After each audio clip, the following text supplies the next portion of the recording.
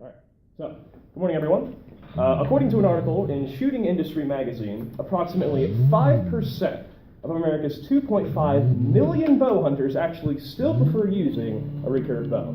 That means 95% of bow hunters use a compound bow, which makes you wonder, why doesn't everyone use them if they're, so much better? So, my name is Professor Laycock, and I will be teaching you how to shoot a recurve bow today, the proper use of doing so, and I'll also provide a brief comparison between a compound and a recurve bow, just so you're, well off and so you know what I'm talking about. This here's Matt Stutzman. Some of you may have heard me talk about him earlier. He is the greatest, most accurate archer in the world right now, hitting a target from over 2 football fields away, 230 yards without the use of his arms. I find that to be amazing. He's also won a silver medal in the Paralympics in 2012. Now, I have been an instructor at the Ohio Renaissance Fair since Labor Day weekend, but even before I was an instructor, I used to be a patron there, where I would go and pay for bushel after bushel full of arrows until my fingers inevitably bled.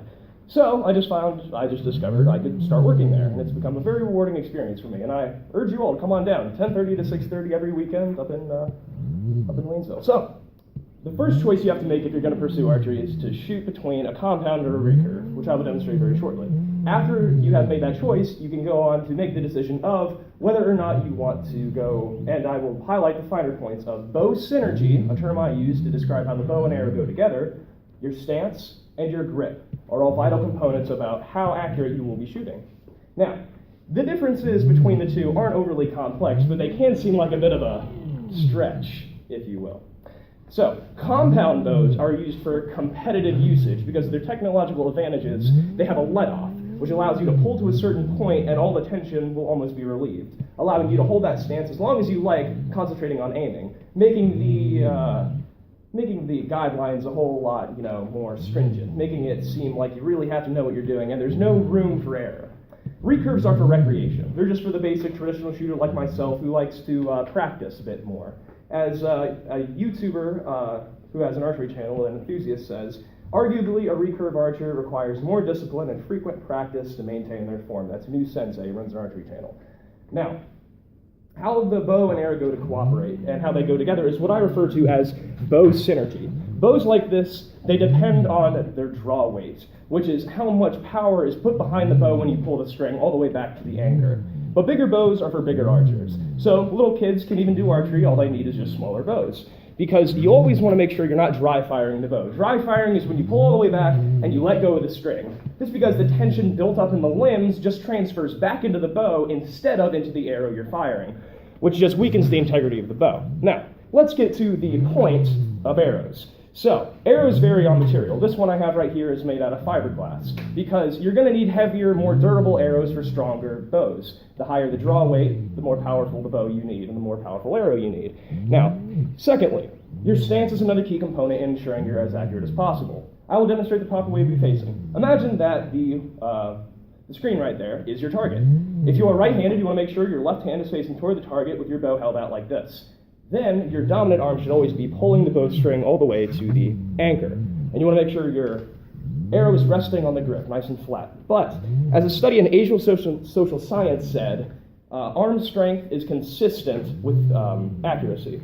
They said, in order to be accurate, there is a need for consistent technique, meaning that your feet are always shoulder-width apart, facing the same direction, your legs and back are straight, and you want to make sure that you're as rigid as possible. And now it's time to string. This is referred to as knocking because this part at the end right here is called the knock. So, you want to try to make sure it's resting flat on the proper side of your bow. Since I'm right-handed, it always has to be on the left side. That way you can put some tilt into your shot like this and the arrow won't fall off.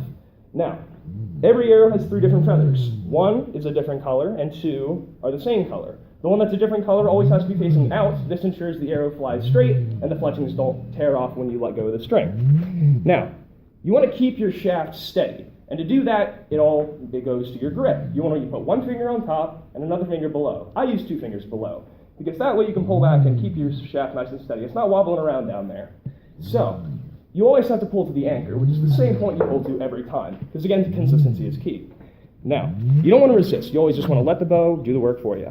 And recurve archery, it's very instinctive. You're not really aiming it at one thing in particular, but you're just trying your best to hit the target because you're living in a paradox. You're almost trying to achieve the perfect thing with the imperfect instrument, which is why it's part of the fun.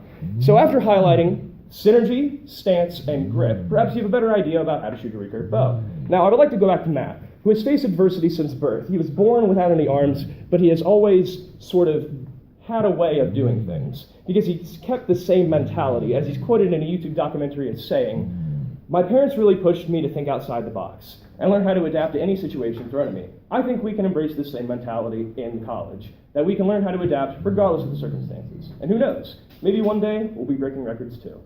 Thank you very much.